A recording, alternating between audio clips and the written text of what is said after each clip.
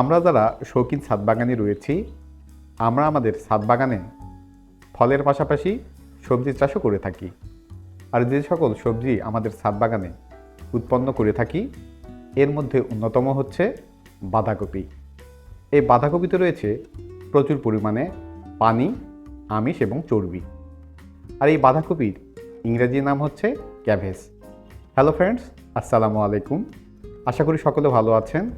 কাছে ও দূরে যে যেখান থেকে আজকের এই ভিডিও দেখছেন, গ্রিন গার্ডেনিং কেয়ারের পক্ষ থেকে আপনাদের সকলকে জানাই আন্তরিক প্রীতি ও শুভেচ্ছা।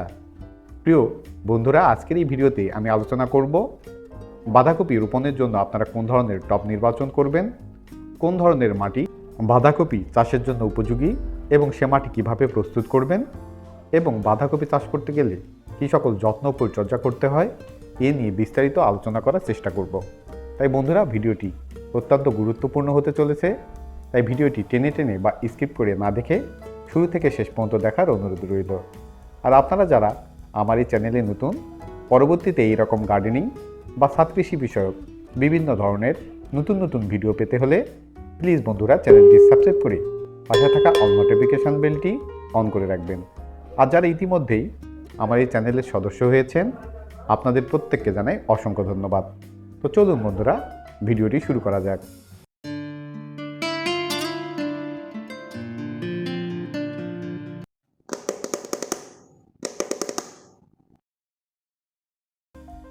প্রিয় বন্ধুরা, বাঁধাকপি প্রায় সারা বছরই চাষাবাদ করা যায়।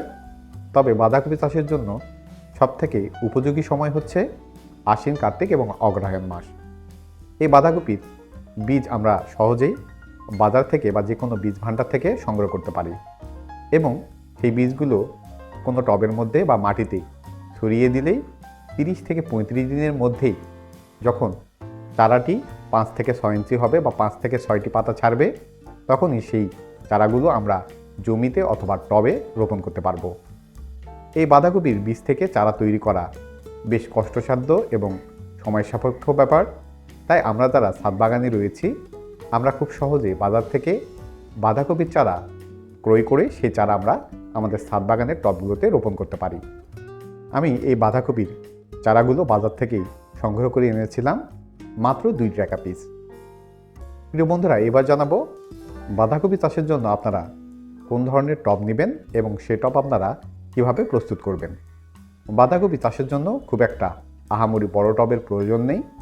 অব্যবহৃত প্লাস্টিকের 5 লিটারের বোতলে 8 থেকে 10 ইঞ্চির মাটির টবে আমরা খুব সহজেই বাঁধাকপির চারা রোপণ করলে সেখান থেকে আশানুরূপ ফলন পাওয়া যায়।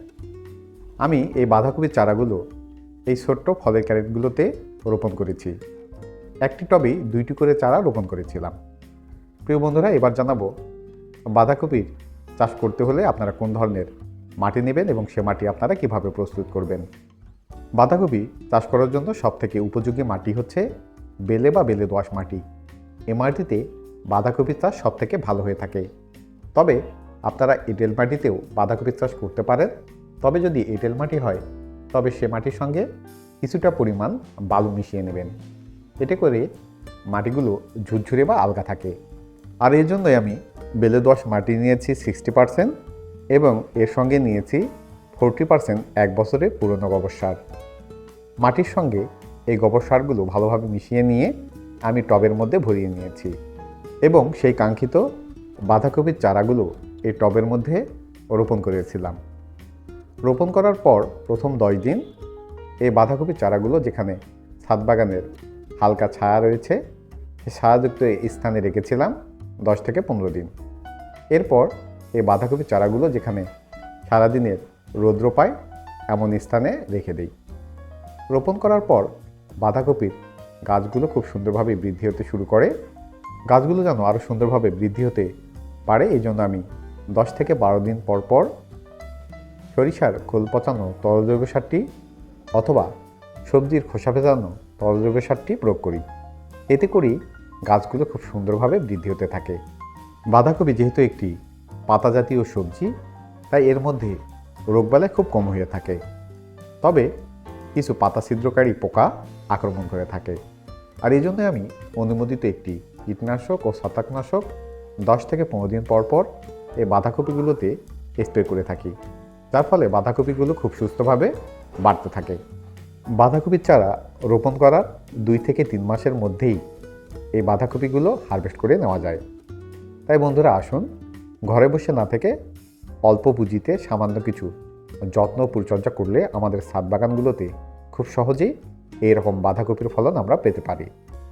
তো এই ছিল আজকের ভিডিওটি কেমন লেগেছে বা ভিডিও সম্পর্কিত যদি কোনো প্রশ্ন থাকে তাহলে অবশ্যই কমেন্ট বক্সে কমেন্ট করে জানাবেন।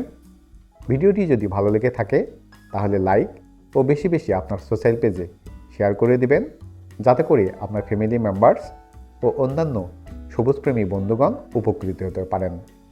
আর পরবর্তীতে এই রকম গার্ডেনিং বা ছাদ কৃষি বিষয়ক বিভিন্ন ধরনের নতুন নতুন ভিডিও পেতে হলে প্লিজ বন্ধুরা চ্যানেলটি সাবস্ক্রাইব করে পাশে থাকা অল নোটিফিকেশন বেলটি অন করে রাখবেন, যাতে করে গ্রিন গার্ডেনিং কেয়ারের কোনো নতুন ভিডিও আপলোড হলেই আপনি জানতে পারেন। তো দেখা হবে নতুন কোনো এক ভিডিওতে। সেই শুভকামনায় সবাই ভালো থাকবেন, সুস্থ থাকবেন, গ্রিন গার্ডেনিং কেয়ারের পাশে থাকবেন এবং প্রিয় ছাদ বাগানের গাছগুলোর যত্ন নেবেন। আল্লাহ হাফেজ।